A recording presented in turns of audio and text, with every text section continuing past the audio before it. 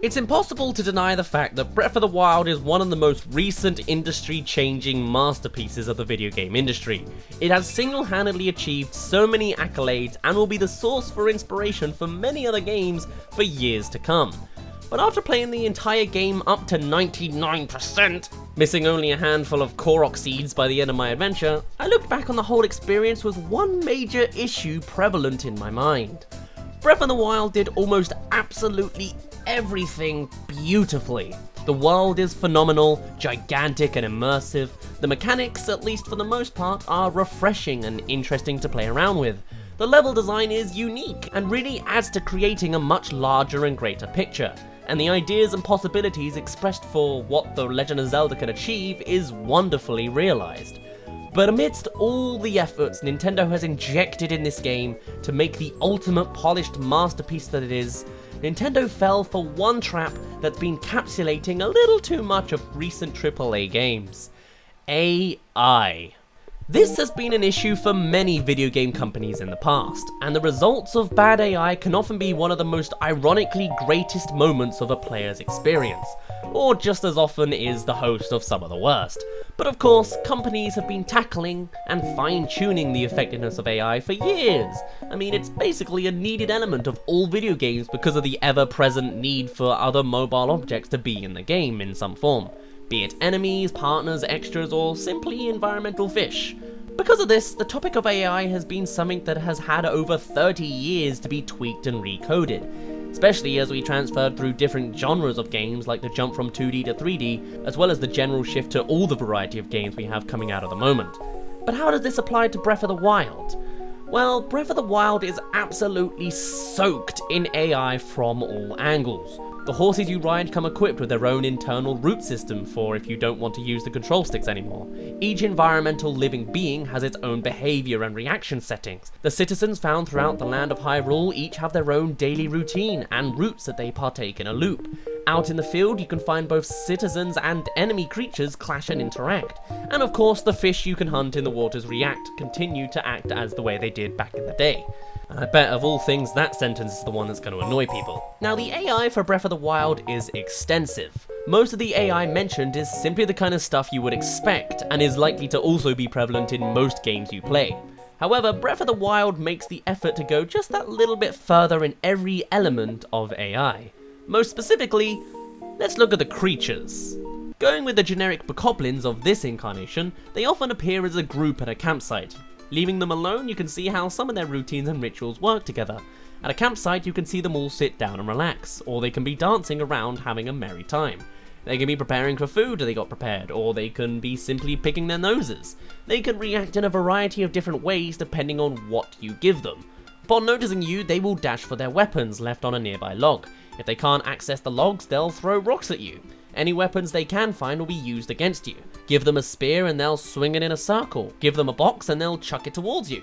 If they're smart enough, they'll kick any and all bombs you throw at them and give them a Korok leaf and, well, they can't really do much. With the upgraded moblins, they'll even throw fellow bokoblins on the ground. Stal bokoblins, I don't actually know if that's their official name, go through the extra effort of trying to rebuild themselves once broken apart. If you take out their heads, they'll scuttle toward it to reattach it, or take another one's head for their own.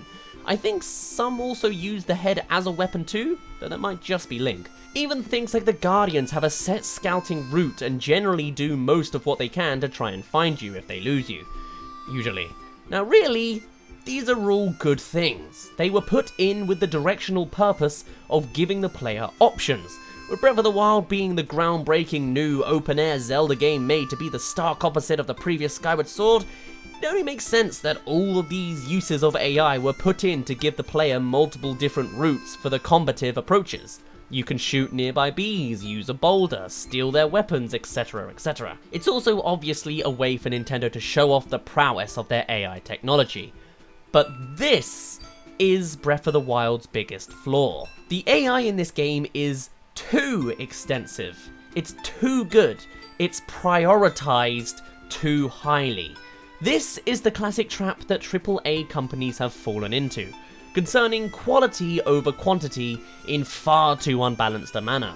There is so much quality placed into a single bokoblin with all his reactions, interactions, behaviors, routines, and intelligence, that he's 10% of the game alone. The land of Hyrule is a gigantic place, full of all sorts of environments, landmarks, and things to explore. But the grand total of different enemies is 35. Now that sounds quite big until you realise that without all the upgrades and reskins, you have about 12 enemies, which I honestly think is another issue. Taking the same creature and simply upgrading them doesn't make them feel unique and interesting. I don't think to myself, oh, that's a purple bokoblin, I better watch out. I just think, that's a bokoblin. Even with the peak form of the white bokoblins, or maybe that's the golden ones now. While I see much more clearly the leap in difficulty when fighting them, I don't see them as a unique and worthy challenger. It's just a hard bokoblin, which is a little less fun and original than if I was simply fighting something else. Even if it worked in most of the same way, if it simply looked different enough to not just be a new layer of paint on its body, then I'd be a little more interested in this world of Hyrule. After playing the game for a few hours, you start to get the sense that as much as the land is full to the brim with secrets, landmarks, people and enemies, it's also kinda empty feeling. Sure, if you took enough steps in any direction, you get to find a campsite with a good handful of creatures to tackle. But at the same time, what's the value or point of reaching that spot? You've already found this camp, or one identical, many times over before, even if they're protecting some gear. I started to find even the incentive of that got lost on me. I would certainly not see any joy in taking down all of them for any particular reason, but maybe that's not the point. There are so many of the same thing around, simply for the purpose of making sure all players get to experience it. With the land being so large and open and accommodating for a playstyle that leads in any direction, perhaps the level designers just wanted to make sure that the campsites would always be discovered no matter which route you took. But even still, I would have much preferred a little more variety in the things we do. Considering we're about to sink over 100 hours into this game, you would hope for there to be a tad more variety than simply 12 different types of creatures. I mean, even with the supposedly rare creatures like the Guardian Scouts Mark V, they appear 20 times in the game in identically placed shrines. And though you can see where elements of variety were put into place here with the different environmental factors that you can use to overthrow them, there's still a ton of crossover you have to deal with. And many of these elements also are duplicated. Seriously? Oh my god. This has the same layout as the last one. Do you at least have a shield? No! It's the identical fight from last time. I mean, I guess there are 20, so there's only so many layouts, but they could have done so much more with this battle, like, system. Maybe if they had, like, different levels, or, like, the land was constantly moving up and down or something, you know? No? Or, like, make them fly, give them ropes to swing around on, or I don't know, man. Alright, let's speed this up, because you don't want to see this in real time again. Or just at all. That was pretty sweet, though. And though I'm sure many limitations for this next point come from the simple nature of Hyrule that this game has taken the form of, I would also have loved to see more variety in the types of battles we could have had against the enemies. Because for the most part, we're fighting on flat-ish ground or at a campsite. I'd love more of the sand islands, or patches with lava, or give me something more vertical or aerial. I know and can see that that's been attempted in little ways in certain areas, but they are far overshadowed by the overbearing prevalence of just the same damn thing again. Not to mention, there's a lot of ways Breath of the Wild could have introduced more. They have plenty of reoccurring enemies that could have made an appearance in the game. Redeads could have been great for the Gerudo Desert, or the Shadowy Forest up north, or one of the 3 mazes. Beamos, though somewhat similar to the stationary Guardians, could have appeared as smaller, more interior obstacles, especially with all the ruins of the castle or within the Divine Beasts themselves. Dodongos could have been a great rare enemy for the desert, or even if they were simply strange wild animals you could come across. The desert especially is just all of the same. A little more variety in creatures with more than just Lizalfos camps could have been really cool to see, and of course the prevalence of giant Skulltulas were surprisingly lacking. The Hyrule of Breath of the Wild is a gigantic and satisfying world filled with all sorts of things to discover, but many discoveries are more of the same, perhaps not directly copy and pasted jobs, but so similar in many cases that they become monotonous, and any kind of satisfaction from taking down all the campsites for the treasure is lost, both in the trial to beat them as well as the minimal rewards they provide. With more variety in simple arenas and circumstances for the AI to work around, this could have been a nice boost in variety.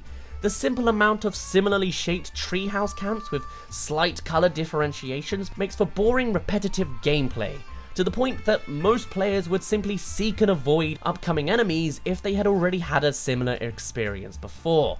With the additive boost of more variety in creatures and less emphasis on the over-top complicated AI for each individual enemy, Breath of the Wild could have been even better than it already is. This game is undeniably a game that has changed the Zelda franchise, and the industry as a whole. But if many other games share the same habits of tunnel vision in creatures, then the overall satisfaction of players may get lost in the swarming fields of the same thing. One of Breath of the Wild's greatest strengths and biggest weaknesses is their AI. It is polished and refined to a T, but refined so much to the point that there is no room for broader strokes. So much coding and intelligent systems have been placed into a single bokoblin that the rest of the world is stunted from growing further. Creatures are strong and complex, but there are too few creatures. Any technical variations in creatures is exactly that, technical. 5 versions of the same creature all react in vastly different manners, and come with their own complex coding line. But looking at the bigger picture, when you pull back from all those intricacies, you've just got 5 bokoblins. And at such a wide angle, that's not really a lot, and not fun to fight against either. This game, despite being the best game of this decade potentially this time, still falls short on the smallest step, because it was looking too hard. My name's been Daz, you didn't really care, and I'll see you in a bit.